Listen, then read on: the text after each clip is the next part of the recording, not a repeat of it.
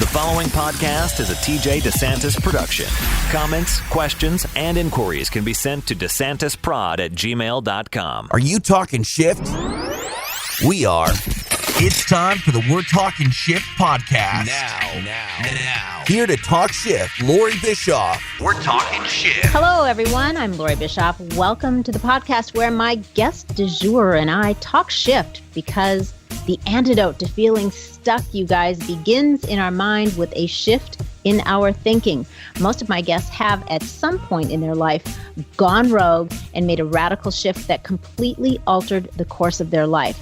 Talking about those major shifts and how they ultimately changed their lives for the better is what I am passionate about sharing with you, in the hopes that you'll be inspired to go rogue from time to time and make some awesome shifts happen in your life.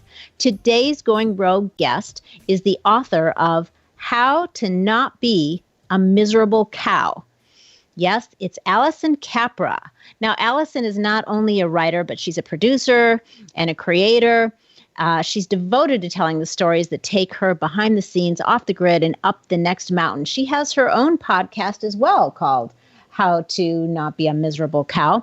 And she shares in her book her own journey of reinventing herself from being, yes, a miserable cow, her words, you guys, not mine, to becoming a happy woman who is not afraid of being bluntly honest with herself. Hey, Alison, are you ready to start talking some shift? I am. Awesome. Well, I know that you are a super busy woman, and actually you have your own podcast, don't you? I do. I'm just kind of getting it going. It's just started in the last 6 months or so, but yeah. I love the name. Named after your book, correct? Actually, I should ask, did the podcast How to Not Be a Miserable Cow, did that come before the book or after? It came after, but it's something that I wanted to do before I ever wanted to write a book. I actually was like a huge fan of Man Cow. I don't know if you know who that is, but I do. He's like old school radio show host, and I wanted to be on his radio show, or I wanted to work for him, and then I wanted to have my own someday. And then the invention of the podcast came around, and I'm like, oh, perfect. Perfect. I can talk all the time. Yeah, I can talk and get it on the internet myself. Excellent. So, okay, I want to actually start with the title. Why miserable cow? How did that come up? How to not be a miserable cow? Well, I think probably the biggest thing is I think many of us wake up unhappy every single day. And I grew up in the Midwest, and my family and my cousins and my and everybody had cows. Everybody always had cows growing up, and so we would go out to pasture and hang out with the cows. And if a cow was sick or if there was something wrong with it, I don't know if you've ever seen a sick cow. It is miserable. It's really, really bad. And I know there's been a lot of those memes roll around, don't be a miserable cow, blah blah blah. But if you've seen one, it is they waller and they groan, and it is bad. And most of the time when something like that happens, you have to put it down or get it fixed immediately, because they'll hurt themselves. So wow. I don't know, to me, just the idea of dealing with, a discontent attitude or being miserable is that. It's just wallowing in your own crud and your own crap, literally. Yeah. Until you get put down. Well, this is a really good selling point. People out there, ladies, I guess in particular, miserable cows get put down. So you probably really want to invest in this book and a little time so that doesn't happen to you. Right. Exactly. So are you, since the book came out, have you had any pushback or whining or, insulted people over this title? Has that come up at all? Oh, you know what? It's really funny because my husband and I talked about it. When I was getting started, he asked me the same thing. He's like, don't you think you're trying to appeal to this female audience, but you're kind of going to piss a lot of people off? It feels like, and I said, no, because everyone will think of themselves as the exception. Yes. It's kind of the way that it works. So like people buy this book a lot and will say, oh, I'm getting this for my mom or I'm getting this for my friend. And I'm like, okay. Yeah. I totally get that because the name of my book is Common Sense Happiness, 5 Principles for People Who Want to Stop Whining, Bitching, and Suffering. And nobody wants to think of themselves, most people anyway, as the person that's whining and bitching and suffering. So the same thing. It's either they're getting it for somebody else or they're just not telling you that they're getting it. I actually had somebody say, I really want to give this to my sister, but I don't want her to she can't know it's from me. So if I just give you her address, will you just send it anonymously? And I was like, sure, dude, whatever you want. so I get it. I started selling mugs with it, like a mug with a cow's face on it, because I'm like, at least if they get a cute mug or something with it, they won't feel like so insulted. Maybe, I don't know. Yeah, softens the blow a little. Just try to have some humor, right? Try to have some humor. Right. Yeah. Exactly. So you have so much good stuff in here. And honestly, there are a lot of things in your book that I talk about in my book as well. So I really resonated with it. I think it's awesome. And I think first, I would love to start out with your descriptions that you call the traits. You have 6 cow traits. So the anatomy of the miserable cow, I think it's important that we just touch on those real quick so everybody knows how to recognize a miserable cow, or, you know, if they happen to see one looking back at themselves in the mirror.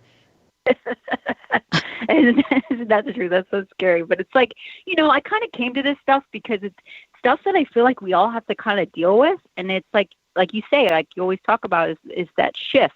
It's like you have to go, wait a minute, am I doing that too? You know, am I acting out? Am I having bad behavior? Am I acting out an emotion that like maybe I just need to deal with them within myself and it doesn't have anything to do with anyone else?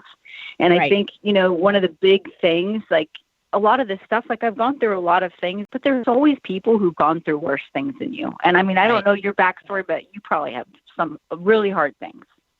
Yeah. I mean, everybody has, you know, their own stuff. And God, one of my guests put it so well. And it was something like one person's paper cut is another person's bullet wound. Yeah, right. I think that was it. And that's it. So, you know, what one person's really difficult or hard situation or, you know, a period of suffering is another person's it's just no big deal. You know what I mean? So Right. Yeah. And I think maybe like growing up the way that I did and then just having like, you know, my whole life, I've just kind of had this like, okay, you just need to like shake this off. And I never really let myself like deal. I'm a pretty stern, like as far as like, I don't cry a lot. I'm not really somebody that like is super emotional. I put a lot of stuff internal. Well, then what happens if you're internalizing like all these different emotions, like you end up coming up with like acting ugly or hanging on to resentment, things like that. So I developed the traits, and the thing is like, again, when people read through this stuff in my book, it sounds so harsh because it's like you're talking about things that people have for a reason. They're dealing with these things and they need to, and so it's not so much as like, these are just the warning signs and symptoms that you're a miserable cow. So this isn't saying like, you maybe didn't have a reason to feel that way, but it's saying these are the identifiers. So the first one was resting bitch face, RBF.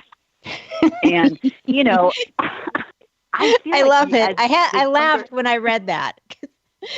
Honestly, real quick, the first time I ever heard that expression was seriously like only a year ago. I'm like, what on earth is that? I don't know. I mean, up here in Wyoming, I don't know if I was just missing out on stuff or what, but I was like, what is that? So somebody described it what to it was me. When you heard it, right? Like you knew. Yeah, then I knew exactly. Oh, it's that look like a person just swallowed vinegar when they thought it was going to be, you know, like a really good Irish coffee or something, and it wasn't. Yeah, right. And, you know, the thing is like most people don't even recognize it. It's not something. And a lot of times people say, you know, well, that's just my face. And I just had such a different upbringing. My mom was so hardcore that I was intimidating. She's like, you are intimidating. She always told me that from the time I was little. You're intimidating. So in order to make sure that you do not make people feel like have walls up, you have to walk in a room and smile always. And she just pushed that to me because she said that I could really make people scared if I didn't smile when I walked in the room.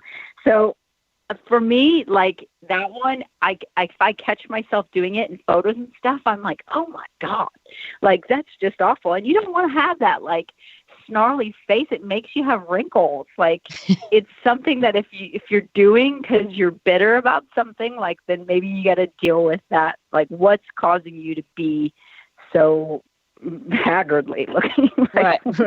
So haggard, you know. Right. Yeah. You gotta lighten up. Yeah, because I always say your external world, which is your body on out, is a reflection of your inner world. So if you've got RBF, as you call it, then there must be something going on internally that's expressing that way. And if it's not, then maybe, like, no joke, maybe just check on your face. Like, just if you really aren't upset and people are always asking you if you're upset, then maybe you should just check on your face. Like, maybe just practice, you know? Yeah. Let's soften it up a bit. So, okay. And maybe, like, you know, I kind of feel like it might be a generational thing. I feel like younger and younger people are kind of like walking around like they think that's cute or something. I don't know. Who knows? I'm just like, It could be, you know, everything is cyclical. And so there, you know, back when you saw like the old timey photos, nobody was ever smiling, and they did indeed look miserable. but back like in the Depression era, they had a reason to look miserable. Pretty rough. Yeah. Anyway. Exactly right. Yeah. Okay. So that's the first trait. And then you've got a few. Yeah. So what's the next one? The next one is velvet daggers. And I didn't really know what that was. And my husband's military, and he like tried to explain it to me the way that it is. It's like the way that you cut through something so seamlessly that it doesn't even like, there's no like gaping huge wound. It's like a really clean stab that like you can bleed out slowly and no one would even notice that you got, you know, you got cut. And so in the book, I kind of break it down, but what it is it's really more of like I can't say it's a backhanded compliment because it's not really, but it's like a way when you catch the end of a statement with like an underlying, like, you know how to get to the person you want to get to, and you just throw that in at the end of a sentence just to kind of get to them. And it can be a nice, clean cut. It could be like, I mean, because only you know how to get to people that you're close to. You know what I mean? Okay. Only you know how to like. Yeah. So it's almost like a criticism disguised as a compliment or an innocent comment. Right. Right, an innocent comment that you can like backhanded make at any time, just to like, well, I took the trash out myself because it was supposed to be my turn to take it out. So instead of just like being direct or, you know, asking nicely, can you take the trash out? It's more of a like, you didn't take the trash out, and I'm going to remind you that you didn't, and I'm going to, you know, kind of a thing. Right. Okay. So, sort of passive aggressive. Okay. Yeah, very passive aggressive. It's probably the most passive aggressive thing that you can do. And just that whole thing in general. I don't know if you ever dealt with somebody that way. Oh, yeah. It's like, it's gnarly because they won't ever be real with you about what's going on. They kind of always have to just underlinely. And it's painful, like in front of people. I've watched my girlfriends do that to their husbands and stuff in front of people.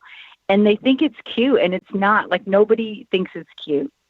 Right. So if you yeah, because everybody knows it's a criticism. Right. And that's somebody, just kind of I've been taking the kids to school every day this week because somebody, you know, whatever. Gotcha. Okay. Constant nagging is trait number 3. Constant nagging. So, you know, I kind of learned like early on, just in being married so young. At like 19 years old, I was married the first time. And I just kind of learned that like the nagging thing wasn't for me. Like I just didn't like hearing myself say stuff repeatedly. And I didn't like asking people to like do something over and over. And if it was that big of a deal, like to where they just refused to do it and that was going to be like the way things went, then I just was going to handle it myself. Now I do think, and I don't know, you've got some probably better insight on it than me, like that can probably be a bad thing too, because you don't want to become the person that just always takes everything on because you don't want to say anything. Mm-hmm. Yeah. But that if you're lead to nagging you being a martyr. Right. And then you're the martyr, and then you're always doing everything, and then you're doing both with Daggers. So Mm-hmm. I think for me, though, you know, I have to say things a lot to my spouse now because he's got several TBIs, and so he struggles with memory stuff. And so I have to remind him of stuff a lot. And I had to just like go, is this worth me nagging? Is this simple thing like taking the trash out worth me nagging? Is it worth me saying it and 50 times and making everything a nagging, like to where your spouse doesn't even want to be around you, or your partner or your friends don't want to be around you because all you do is nag them about something that you want them to do. Mm-hmm. And for me, it wasn't. So like I started just handling things. And then whenever I wanted to like really express to somebody how I felt, like I've been doing all this and I kind of feel like, you know, I'm not getting any help from you. That's something you can express like without losing your mind and without repeating yourself 45 times in a really negative nagging voice. Yeah, exactly. If nagging is become the habitual way of communicating, then you don't really have good, clear two-way communication going on. So it kind of just lends itself back to you need to learn how to communicate with each other, and you need to learn what is important to each other and care about that. Right. Yeah. And if it's something that like, again, like I use the trash as a simple thing because I know it's the number one thing. I feel like everybody's constantly nagging and bitching about or throwing temper tantrums really about things like that.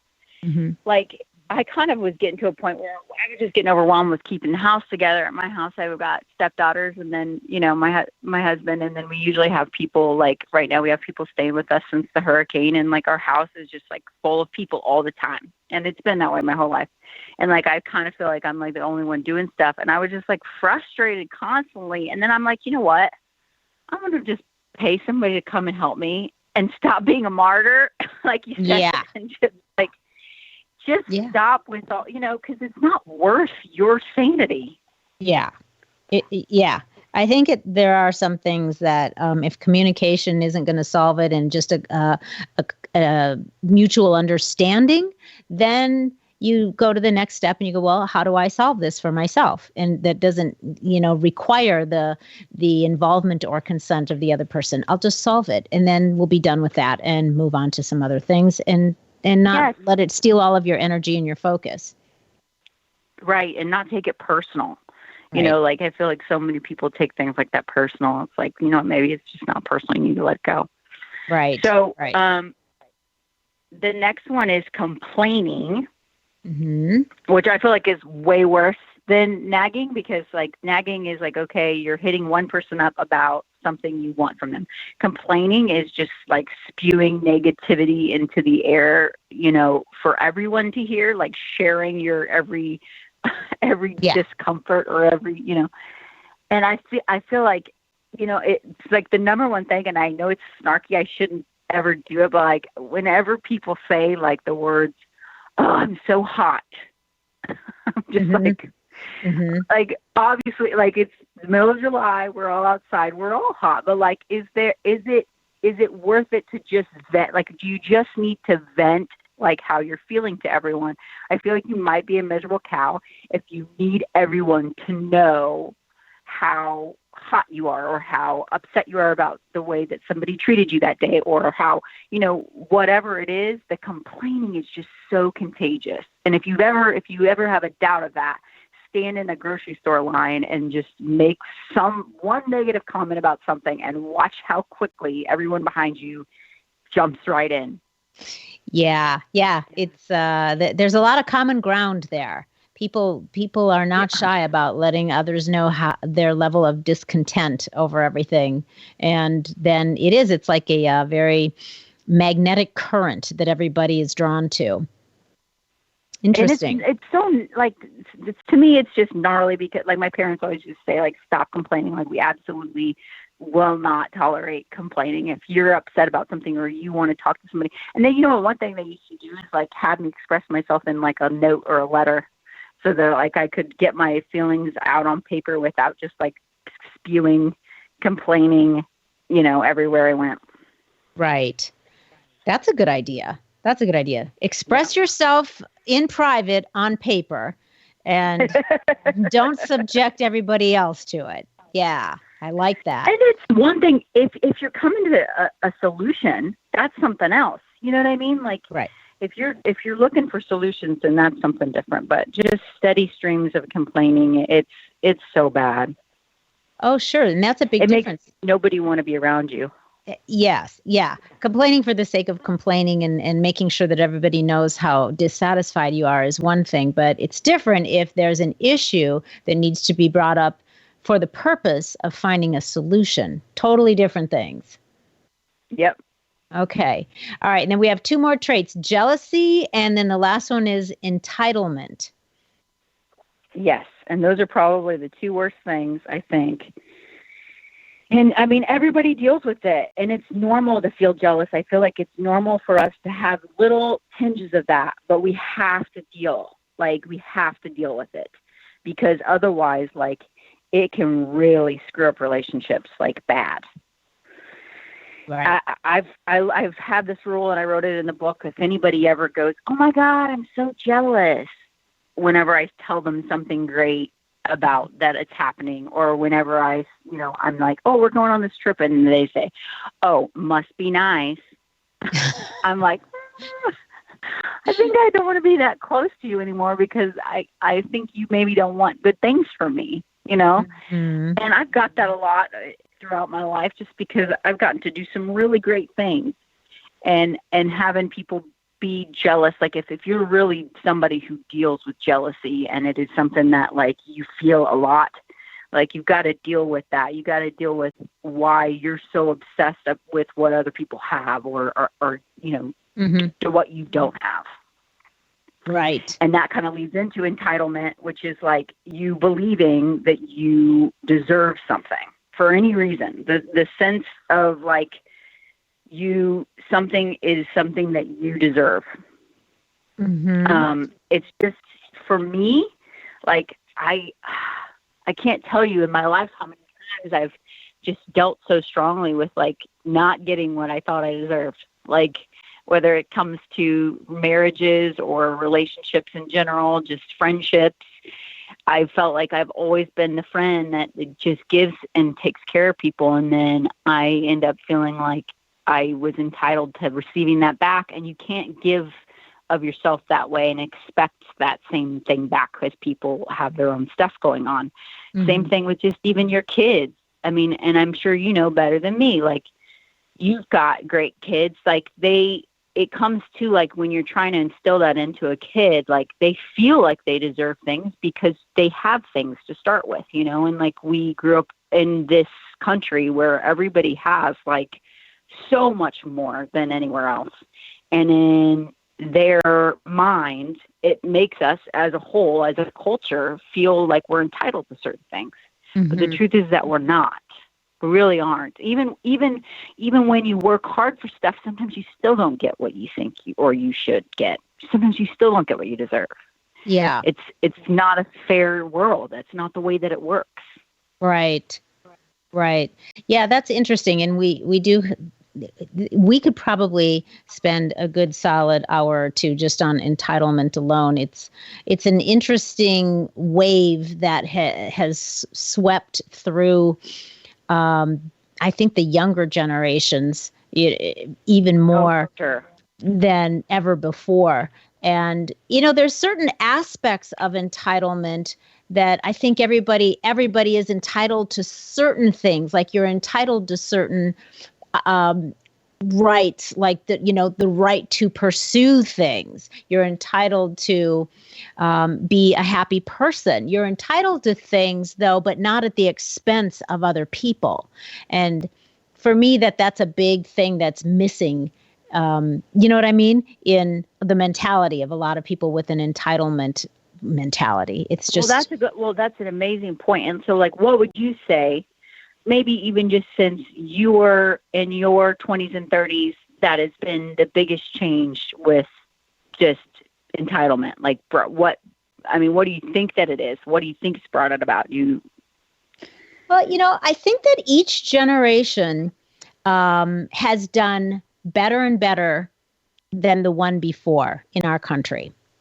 And every parent's desire is to have their children have more and have more opportunity and have more experiences and just have more than they did.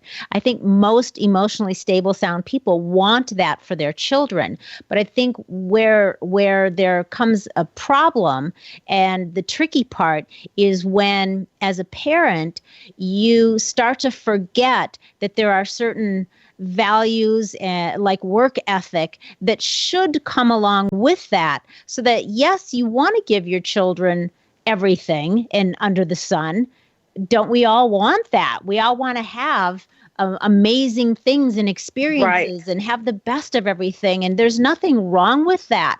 But if you forget to also be the parent that is teaching values and work ethic, and there's things that you need to learn, like you're not entitled to certain things just because you exist and breathe air. You need to have respect for other people, and you need to have respect for earning some things and doing some work, and you need to be a contributing member of society, and make your own way and be able to stand on your own 2 feet.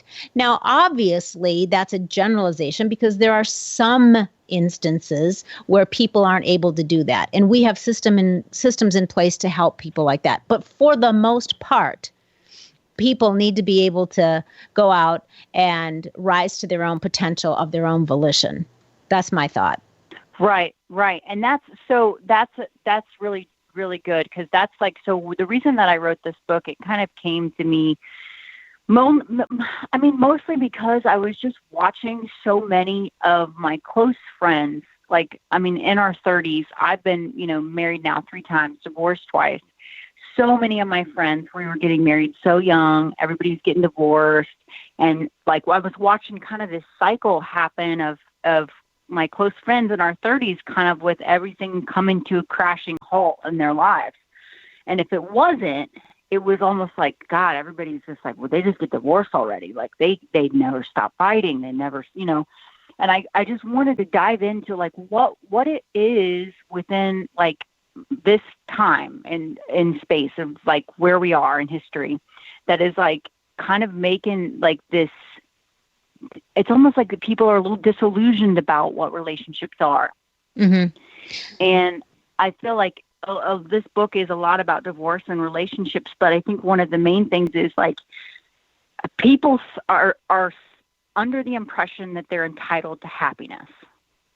And I don't think that that's the way that it works. I believe that you're entitled, like you said, to the ability to cultivate and create happiness.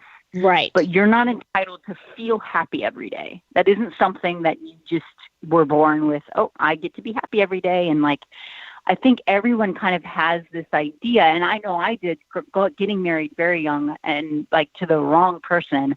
I had this misconception that if I did these things the right way, the way that I was taught, A plus B equals C. If I did this and I did this, and then I married this person and we got, moved along in our lives, I would be happy and I'd have a family and we'd live and have a great life. And I thought I was entitled to that. And what I feel like what happens when you do that is it creates this, it's not just I would say it's not even a stigma, but it creates this level of pressure in relationships where you feel like this person they owe you something by getting into a relationship and getting married. They owe you something. They owe you happiness. And people think that they get promised happiness when they get married or something. And they couldn't be further from the truth. No matter what relationship you're in, no matter where you're at, whether you're single, married, divorced, whatever, like, you are the only person in charge of your happiness and cultivating that. And so if you're not happy in a relationship, then it could be the other person. It could be that they are not in a healthy frame of mind, and it is causing you pain every day, because I've been in that position. You know, it really wasn't me. I can tell you that the first time around, it was not me. I was with somebody who was damaged. And what I had to take responsibility for is that he was damaged when I met him, and I knew that. You know what I mean? Mm-hmm. So, like, I had to take responsibility for that choice. But when it came to that place of, like, I cannot do this anymore. I am in pain. This is not going to work for me. And having to get out of that, like, you have to deal with the fact that, like, even getting out of it, there's no looking at it and saying, like, why did this happen to me? Like, no, you weren't entitled to happiness. You were entitled to cultivate and create that with a person, but you aren't responsible for how they feel, and you can't fix them, and you can only worry about you. So in each and every relationship, if you're in a relationship right now and you're not happy, it isn't their problem. It's not their problem to fix. It's not your spouse's or your boyfriend's or whatever, your friend's problem, your parents' problem to fix the way you feel. Only you can do that. And so that's why I wrote this book. I wanted to challenge people to say, okay, all arrows pointing at everything else, at everyone else, I need to look at why I'm not in this position. Why am I unhappy? Why do I feel miserable? Why do I have resting bitch face? Why do I have, like, this constant nagging? Why am I complaining all the time? What is it that's making me bitter? Because I guarantee it's not because, you know, the temperature outside or whatever you're complaining about. It's something deeper. And I really believe for a lot of us, it has to do with, like, a creative insecurity or a sense of entitlement to something that we thought we deserved, instead of just, like, growing and learning about yourself and developing yourself and dealing with your own stuff first before you get into a relationship. Yeah, it seems like that the big piece there is so many people are placing the burden and the responsibility of their feelings of peace and happiness on other people. And it's nobody else's real responsibility. It is only yours. So you're right. I believe, too, that it must be cultivated from within. And that goes for everyone. And that I do think that we're entitled to peace and happiness, but we're not entitled to have it given to us by somebody else. That's for me, my distinction right there. Yeah. That's excellent. Very good.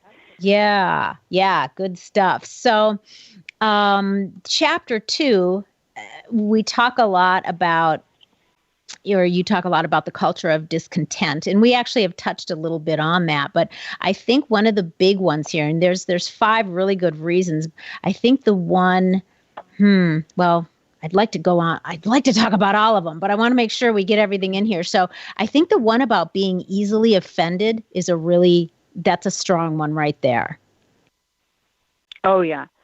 You know, and the thing is, okay, so I'll talk about that, but I want to talk about one more. And so with the being easily offended, the thing that's so scary to me that I've just, like, only come to recognize, because this is something that, like, I grew up doing, like, leadership training and things like that over the years.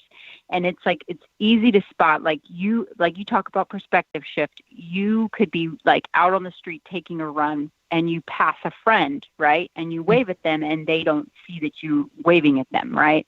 And so immediately your brain goes, how could she? Like, why is she, like, blowing me off?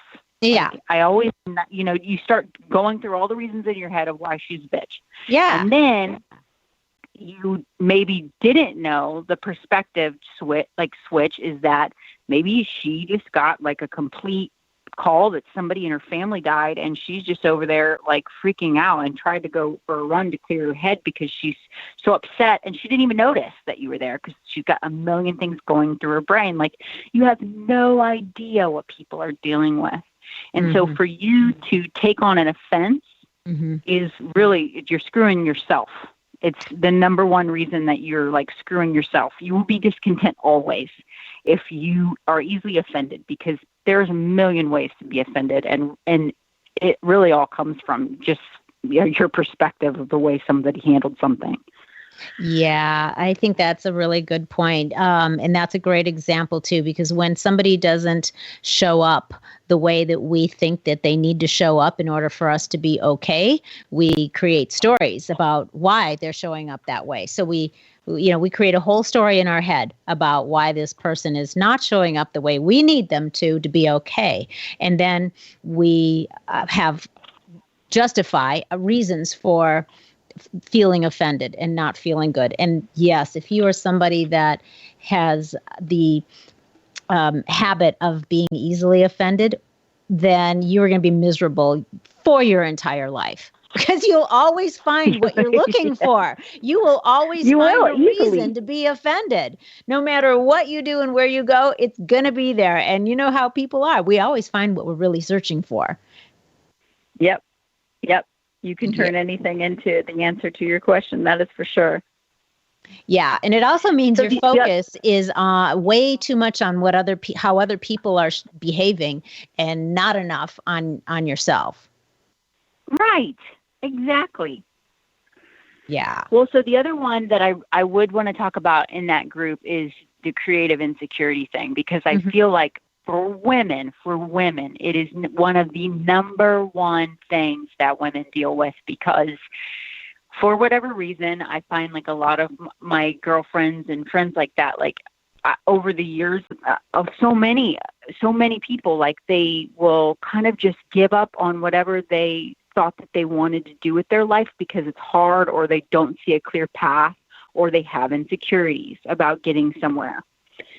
And I think the biggest thing with that is like, whether it is like following your dreams, going back to school, starting a business, whatever it is, like if you are dealing with feeling like creatively insecure because you didn't go for it, it's a great way for you to start being bitter towards others, because you almost blame others for getting to that place, if that makes any sense. People come up with excuses.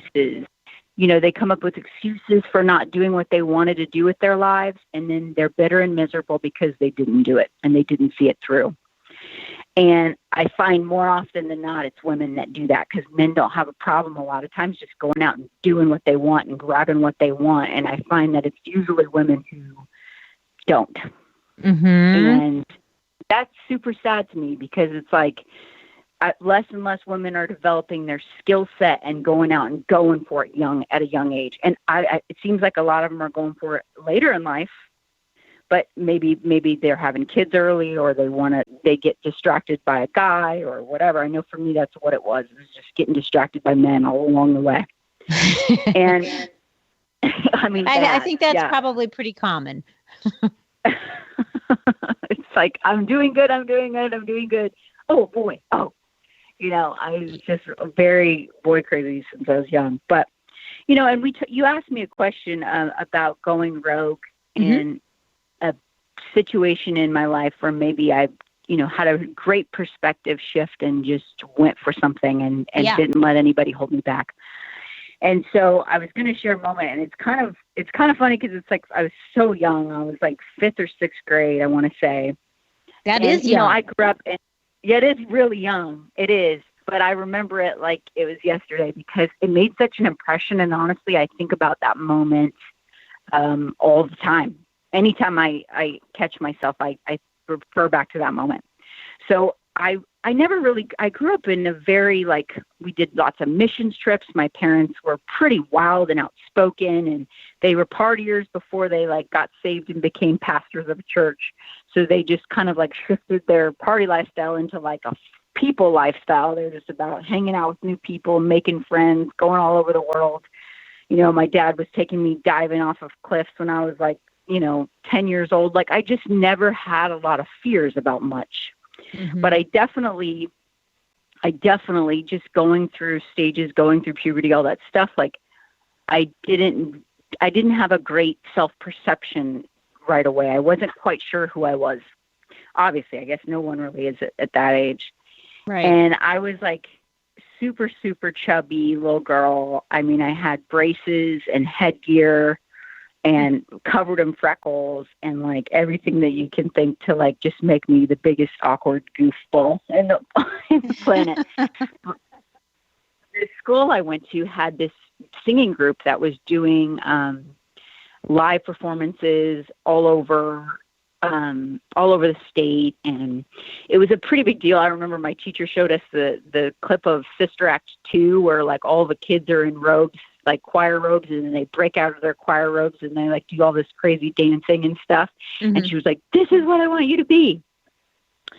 So she has these tryouts, and there was a lot of kids that were involved, and there was a lot of kids that were incredible vocalists, and I really, really wanted to do it.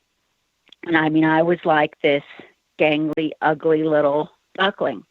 And I could sing, but I mean, I wasn't amazing or anything. It definitely wasn't something that people were like, "Oh, let's go listen to Allie sing." It wasn't really a thing, but, you know, I wanted this. It was the first time in my life I think I really, really wanted something for myself that I'd ever really kind of wanted to accomplish. And I remember all throughout the month, she was taking like tryouts and having people come in and singing, doing practice and stuff with her. And I remember seeing all the kids get up there and just being so freaking scared and having sweaty palms and shaking, and their voices were cracking. And it was just like painful to watch. And I knew I wasn't as good as they were even. And I just remember thinking, gosh, and she had told me that if I wanted to, we could come in and practice with her as much as we wanted to get into this group. And so I remember the day that I was going to do my tryout, I'd gone and practiced with her as much as possible and just like, you know, got to get as much as I could in. And I remember the day that we were supposed to have our tryouts, I just was like, who cares what any of these other people think about this? I remember thinking that, like, why does this bothering me so much? And why am I going to let it take away from something I really want? Mm-hmm. And something I really want to do? And every step of the way, you know, like, it was embarrassing to me because I wasn't as good as everyone else. So I thought everyone's going to think, you know, she's not even that great. Why is she doing this? Like, you know, what is it that everyone else was thinking was going through my mind constantly? And I just remember thinking, like, what am I so like worried about that? Like, I want to do this, and like, I got to believe that I want to do it, and I've got to believe in myself to get this. Well, it changed everything for me, because from that day forward, I've never, ever let what anyone else thinks of me hold me back from working towards something that I want. And, it's changed everything from no matter what I want to do. I mean, there are people that are better than me in every single way, but I really believe that I'll accomplish far more than them. And not because I'm amazing, but because I won't let what other people think affect me working towards that goal. Mm-hmm. That's an amazing awareness to have at such a young age. I mean, 11, 12 years old. I mean, I was so shy and so unbelievably insecure. I just wanted to be invisible. So, you know, so I mean, my hat's off to you. I think that is an amazing awareness. And then to be able to not only have the awareness and the thought about it, and then decide, because that really is a going rogue thing to do at the age of 12, to go, to have that question in your head of, why am I going to let this affect me? And then make a decision, I'm not going to let it affect me, even though this is scary and I don't feel, you know, like I'm as good as anybody. I'm going to go for it anyway. That's a lot going on there. And that's a pretty big going rogue movement for anybody, even adults, let alone a 12-year-old. You know, when we all feel like we're going to be, nobody wants to feel like they're being judged, and nobody wants to feel like, you know, people are thinking poorly about them, but we can't help it. You know, it's part of our nature is we want approval and acceptance. So it's a tough thing for even confident adults to manage that. So I think that's pretty cool that is a going rogue movement at a young age. Well, and I made the group, and I mean, I beat out, there was only 12 of us, and I beat out, I mean, probably 20 people that were way better than me. But just because I refused, like, I had a great attitude and I refused to, like, I worked my butt off, and she saw me working my butt off, and she knew I would continue to work my butt off. So, and it comes like that in everything. It comes like that in every aspect of our lives, whether it comes to fitness. I feel like so many people get stuck in a rut with their physical appearance, right? They're so worried about what everybody thinks of how they look at the gym that they won't go.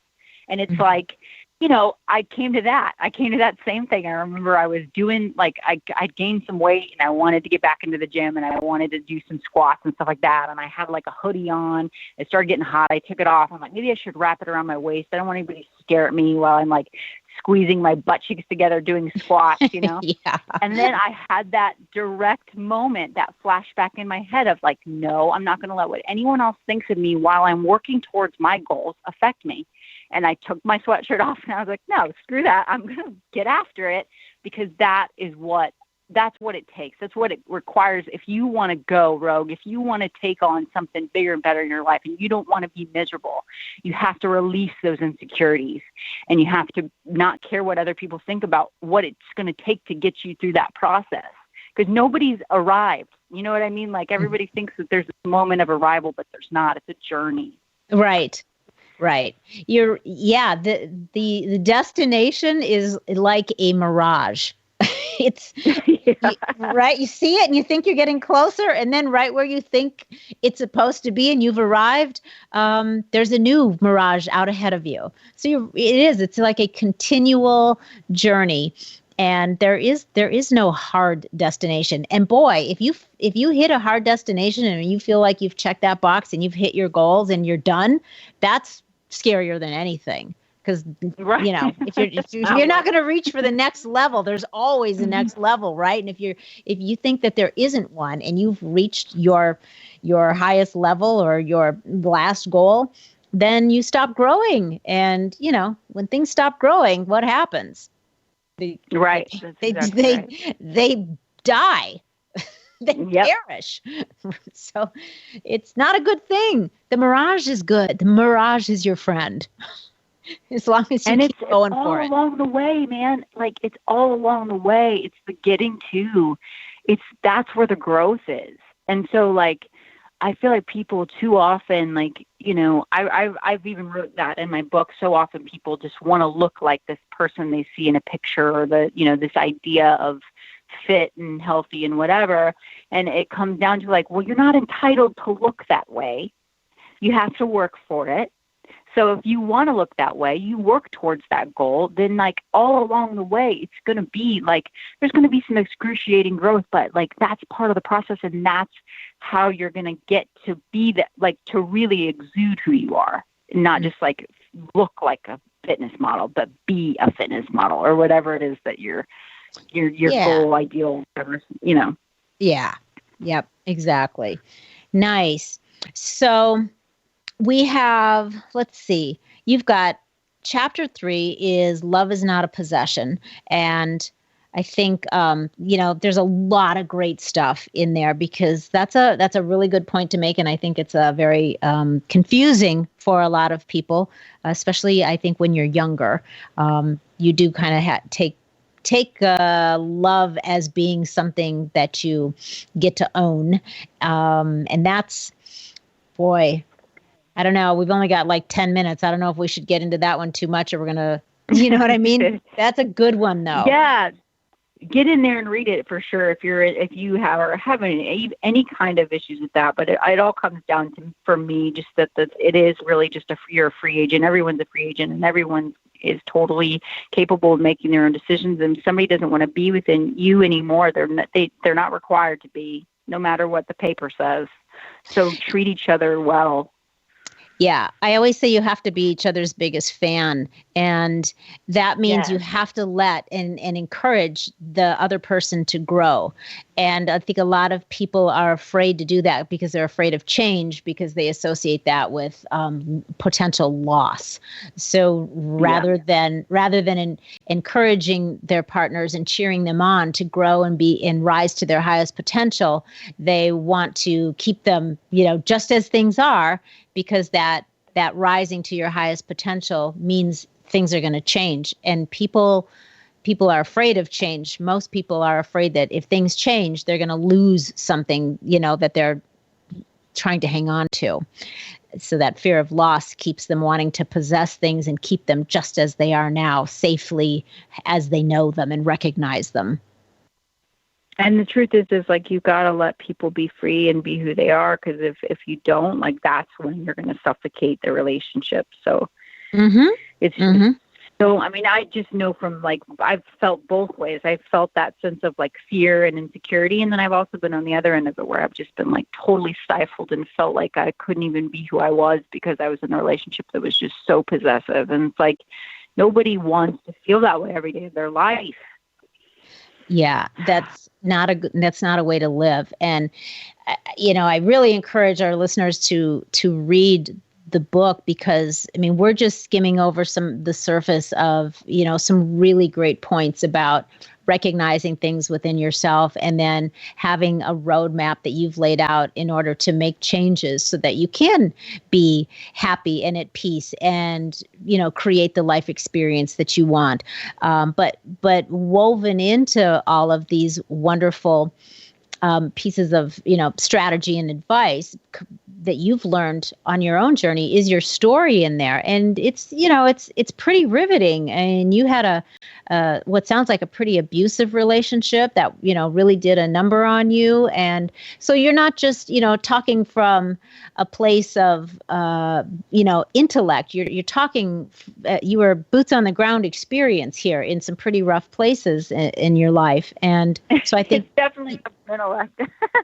Yeah. I have nothing but experience, really, truly. Like, I've learned some things along the way, but it really is just 100% things that I've just experienced in relationships, and then the growth that I've had to come through, like, in a very, I've had so many girlfriends along the way. Like, as soon as they're going through relationship stuff, they message me. I'm like, why are you messaging me? I am not the one. I am the messed up one, remember? And they're like, no, but, like, how did you do it? I'm like, yeah. Leave my husband? That's what you want to know how to do? So yeah, it's not that I even, like, I feel like there's a lot of things here, all throughout that kind of help people to identify stuff. But the bottom line is, like, if you are not ready to deal with your stuff, you will not be able to handle this book. Like, I can just tell you that right now. I found more and more of the women that are reading my book and loving it are older than I am. They're women who have been through similar things and they're wanting to get past them. And so it's definitely something, like, it's really gnarly to deal with your own insecurities. It's really gnarly to deal with, like, your pain and your baggage and your bad behaviors. But I feel like if it means your own happiness, then, like, let's go there, right? Right. And that's why I like it so much, because it is brutally honest. And you're right, though. You have to be somebody that is totally ready to be honest with yourself and your own choices, and to be honest with where your responsibilities lie, and to be honest about what you're willing to do about it. And if you're not ready for that, you're not gonna make it through this. You're gonna throw this book across the room and probably start calling you names, Alison. but the ones that are ready are gonna thrive, and they're gonna be able to use this to really help them move to that next better place in their life. And that's just it, though. Everybody's got to get there in their own time. And I can see how maybe even skewing a little bit older, because they've already had so much more life experience. I can see how those women would be more open to it and, use it to their benefit. Younger ones might not be quite there yet, quite ready. You know how it is when we're younger. We think we already know everything. Yeah. Right. We didn't figure out yet that we're still kind of naive in a lot of ways. But yeah. Yeah, but the last two chapters, and I'm just going to say them real quick, and then we want to give, I think, our listeners just a few good action steps. But the last two, I think, are you hear a lot about it now, but still people need to practice this and really understand how important it is and how freeing it is. If you practicing gratitude and practicing forgiveness and learning to embrace those things and bring them into your awareness on a daily basis is so powerful that you can't afford to not do it. You do yourself a disservice by not trying to incorporate those two practices regularly in your life. And, and one of the big things with that is they kind of go hand in hand, but coming to for both the gratitude chapter and the forgiveness chapter is I kind of just kept coming to that I really didn't understand why things happened to me the way that they did, or why somebody would be this way, or what, if you're constantly asking yourself the question, why, you'll just chase your tail. There's really sometimes no answer for why the things happen to you. But what it is that in forgiving people and letting go of stuff, you're able to release the need to figure that out and release the need to have it all figured out. And, then you're able to be grateful for what great things you have had in your life. Even I wrote in there about my first husband and how abusive that first relationship was. And he contacted me 10 years later, which was last year, just to, apologize and all that. And I felt like I needed to tell him, as nasty as our relationship was, we were so young and we had no idea what we were doing. And he'd been going through some treatment and some rehab and stuff. And he was kind of just wanting to unload. And he just let me know how sorry he was for everything and that he didn't know any better or how to, and he really didn't. He didn't really understand how to deal with anything that he had going on inside of him. Mm-hmm. But what I had to come to realize is in forgiving him, I had to realize that it wasn't there was a lot of things in that relationship that weren't always bad. There was a lot of things in that relationship that I learned, and I'm grateful for that. And then moving forward, what are the things that I'm grateful for in my experiences? What are the things that I'm able to, forgive and then let go and be thankful that, for whatever it is. Yeah. And, so that's kind of what I had to come to. And then that forgiveness chapter, I had to kind of come to that, a lot of the forgiveness, I needed to forgive myself too, for making poor decisions, for hurting others, for hurting myself, for hurting people that I loved.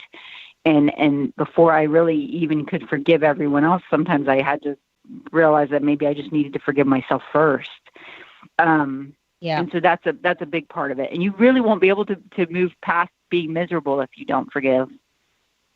Yeah, I think you're right. And sometimes I think depending on, what the experience is that you're wrestling with, sometimes it's almost harder to forgive yourself than it is somebody else. You know what I mean? It's you feel like you should have known better, even though, you're 19 or something, and you're just, you wouldn't expect that maybe from a different person that was 19 because you're still a child. But when it comes to yourself, we tend to be, I think, a lot harder on ourselves sometimes, and forgiving ourselves can be a more difficult task than other people. 100%. So chapter 7, the last one, and we'll use this to maybe give our listeners some shift gift takeaways, a few things that they can do if they're trying to overcome it, aptly entitled How to Kill a Cow. So yeah, you want to, what are your favorites? So my favorite, I can even kind of just read through towards the back, because I go through kind of several steps and things that I feel like you could do, but I'm going to go through some of the things the bottom line of it all, if that's okay with you. Definitely. So for me to feel if I want to be content, then the number one thing is to stop comparing myself, my life to anyone. Stop comparing and get that perspective shift of what I'm dealing with is not the end of the world, and maybe I need to like reevaluate what it is I'm dealing with. Why am I so upset? Why am I so miserable? What's going on inside of me? Because if it is because you're comparing yourself to others, that's definitely going to be like the first thing that's got to change. You got to be grateful and thankful for everything that you have. Stop letting everyone offend you. Mm-hmm. You've got to forgive. And then from there, I would say probably the best things to me are to find your passion. So what it is that's like you've always wanted to do, figure out like what it would take for you to get there, make a plan, set some goals for getting there. And I think the biggest thing with like goal setting is people sometimes do a goal set like by this date I'm going to do this, but they don't have a plan to implement to get to that place. And I use something called the Best Self Journal. There's a lot of different journals out there on the market that are great, but it's a day-to-day planner of like you wake up in the morning to break down your 3 goals that you've made for yourself. And it's a 13-week planner. So in those 13 weeks, I say I'm going to set these 3 goals in those 13 weeks. And each day is how I'm going to get a step closer to those goals. That's great. And yeah, it's definitely worth a look when you're going through this book and you actually read through some of these things. It's like, you know, you got to forgive others, you got to let go of stuff, but sometimes it just comes down to like if it is just your creative insecurity or something that you've let go of and you're just frustrated and you're frustrated at others and you're frustrated at yourself, then what is it going to take? What's the plan? Like, is it because you don't get to spend any time with your spouse? Okay, so what's the plan for date nights? What do you have to do to get somebody to watch your kid? What do you have to do to like, where can they go? So you can be alone together. If you're super frustrated because, you know, and sometimes it might just be that little thing, like all you really freaking need is a date night. You feel like your relationship's falling apart and your world's on fire and everything's going down the drain and everybody's going to die and all this stuff, but you really just need to spend a little time alone together. And so what's the plan to get there? Right. I love that. You know how it is. And then get healthy and develop yourself. So I think probably the biggest takeaway I can say, you know, for anyone, for females especially, is at what point did you stop developing yourself? And what point do you need to get back to develop yourself again? And maybe the developing is just working out and taking care of your body.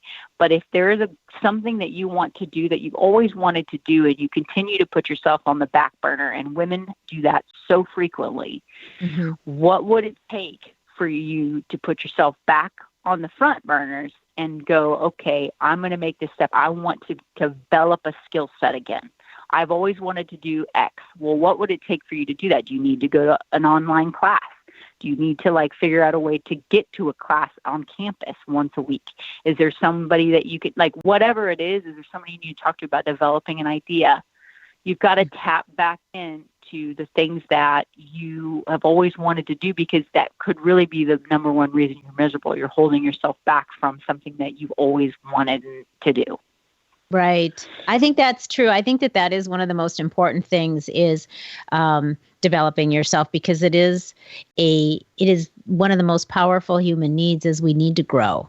And if you're not developing yourself in some way, shape, or form, it doesn't have to be, you don't have to go out and say, I'm going to be an astronaut. I mean, it could be just something as easy as I really want to grow an herb garden. I mean, it doesn't matter what it is. It just matters that you are growing and developing in some way, shape, or form. And that way you don't feel like you are stuck and the rest of the world is, moving on without you. Right. And that's probably like one of the biggest fears, I think, that women maybe can catch on to. I know a lot of people want to have families, and I think that is freaking awesome. But I 100% disagree with the idea that if you have kids, then suddenly that means you're like turned off until they're older, or like now you're in that role. You clock out of everything else, and then you can clock back in when they're adults. Like, no. I'm sorry, like a family is a great thing. You don't have to do everything, but there is something inside of all of us that's like, you've got to go for it. You've got a passion. You've got to have your own thing, and then focus on your own shit as you're moving forward in your life. you won't be so concerned about whatever else is going on around you if you're focusing on your own stuff. And trust me, like, you won't have time to complain and whine and nag, and you won't have time to fight if you're developing and growing something that you've always wanted to do. Yeah. Yep. I agree wholeheartedly. Most people are too busy focusing on other people, and that is a problem. We're going to turn that spotlight around and point it at yourself. And you will fully enjoy your life so much better if you do. If you are just pouring, you'll have so much more time. You have so much more time, so much more energy. Yes. You're not supposed to be a miserable cow. That's not why we're here. No. There are cows to do that. We're here to experience and grow, and we are here, I think, to find our idea of happiness and contentment. But yeah, you have to figure out what that is for you and then go for it. So I think those are really good action steps to get started, and I think everyone would do well to pick up this book. And you've got a lot of great stuff in here. And be ready, though. If you are easily offended and thin-skinned, you're not ready. You're not ready, girl. You're not ready. Trust me. My husband's constantly like, "Oh, do you need to go reread your book because you haven't asked?" Right. All right. So I have one more question. Actually, I have a ton of questions, but we're out of time. So I'm going to save them for next time. But I am going to ask one more. Before I do that, Alison, please tell everybody where they can find your podcast and your book and the services that you offer. My website is AlisonCapra.com. You can get my book on there. It's also on Amazon, so whichever you prefer. If you do get it off of my website, then I'll sign it for you. I have mugs and stuff like that. My Instagram is Alison Capra. My podcast is How Not to Be a Miserable Cow Podcast. It's on everything. It's on Anchor, iTunes, Spotify. So if you look my name up, Alison Capra, you should be able to pull it up. Just How Not to Be a Miserable Cow Podcast. And then anything else, I'm on all social media platforms, and it's all just Alison Capra, and that's ALISONCAPRA. Perfect. Okay, so my final question, Alison, is what would you like to share with everyone about the value of going rogue? Oh, man, if you can take a moment to just really think about what it is in your life that is like you are stuck on. Whatever, if you're worried about what other people think about you, if you're worried about missing out, if you feel like something's going to pass you by, like the number one thing I can tell you is you cannot worry about what other people think. You cannot worry about what anyone else is doing. You've just got to determine that you are tired of being miserable and go rogue and figure out what it is that you're going to have to do to develop yourself, develop a skill set, and then just go for it, because you're the only one that is in charge of your happiness. No one else is in charge of that for you. And if it means going rogue to get it, then I highly suggest getting it, because otherwise you will be a miserable cow forever. And the world does not need any more miserable cows, ladies. No. Enjoy the journey. So go for it and go rogue. Yes. Perfect, Alison. You have been just a treat. I'm so delighted we had this time to talk. Thank you so much for coming on We're Talking Shift. Oh, I appreciate you having me on. I really, really do. It's really cool. Thank you. You have an awesome day, and we will be in touch. All right. Bye. So don't be fooled by the name, you guys. This book is not simply about how to give yourself an attitude adjustment in a few easy steps, and then your life's going to be amazing. No, it is a book about how to make it through personal pain, forgiving yourself, walking through the fire, and coming out the other side. And Alison lays out awesome steps on how to shift your attitude and get unstuck.